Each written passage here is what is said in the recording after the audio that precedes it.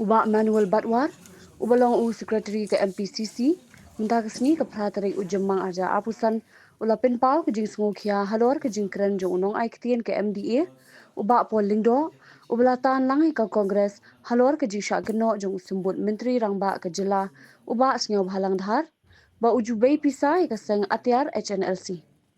Uba annual ulapin paiktien da kabapin scam bakan dalong sa kumnuru ke Kongres Kamdan Benta AA hakni ke Benta balada ke deiru kata ke jingkeno ke sorkar MDA kadai ban shim ya karai bad uba sengaw bhalang udai ban hiar syuki kum menteri kenang ba ke jing token kan long ke balat luin ke babnya bad ke banwan ra ke jing shisha hakalenti ke bahok. Dia datang dari Tasik sama news Nokia ya ka news ko balami menen kaba spokesperson jo ka MDA tu buong ba utan lang ya ka keteng jo Kongres Parti ya kani ka kontroversi mo kani jinja bajah ini but nila pakwa ni kwa ban scam ni kating mud jungi ba takalong sa kuno ka parti kamnong involved AA ni but lada ka day ka acquisition ka kuno kadai ka MDA government kaban kapsim ni ka karai but idi ba singaw halang dahan iba kapsim ni karai ba in hab hiar syuki na ka jinglo minister jungi kenang ba ka investigation kata ka jing wajing tip company a jing tokit company a jing ja kandai ka khamsani bat kandai ke AKA ka banwara shisai ka hop bat kum ka parti ngimdan kti AAUM kata ka AKA ka ban keno pat kibreu ban shu pharep lumar ka dei tang ka kom ban tak miao AKA ka jing tulat jong la jong ban nginget ban ni up lanu ka MDA government kan penhiar syuki yes no halang tar kan ong yi namar ba haknu rukom ke jing tokit kan klan lada minister markat sadan de kata political interference tingi ko aban ong man ka parti hi kampat judan no menuru dari ka parti ke scam ya ki nomden jong jong kampat ke scam ka ba gnum haknu gnum ko poru bat kile no kinum dan kti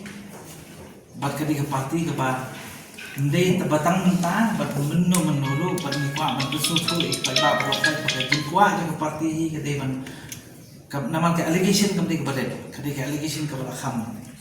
ka bala serious ba dei kumi ka ta allegation ka tharai nga ka don kam hi ka state baro ko wei bat ki pat pa ki don kam yo hi ya ka hok bat kata ka hok ka dei ban wan ma hi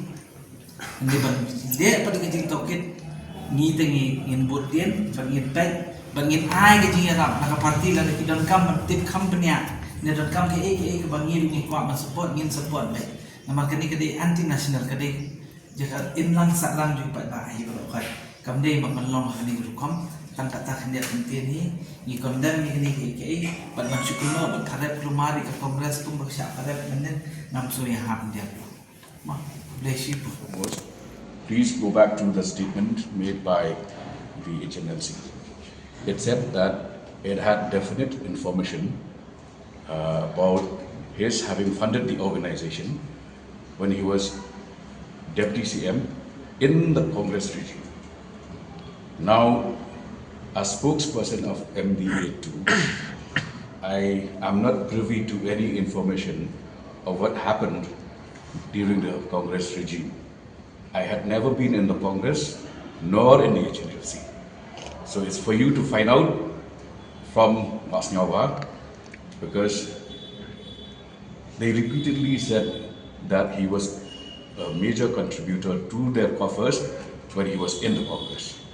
Probably Vincent Pala can throw more light on that. Wrong in that. But you know, these probes are based on some substantive matter, which would then, because they are very important bodies who will not generally waste time, to go for witch hunting. If there is substance enough, they'll take up the case with or without any political party flagging that matter.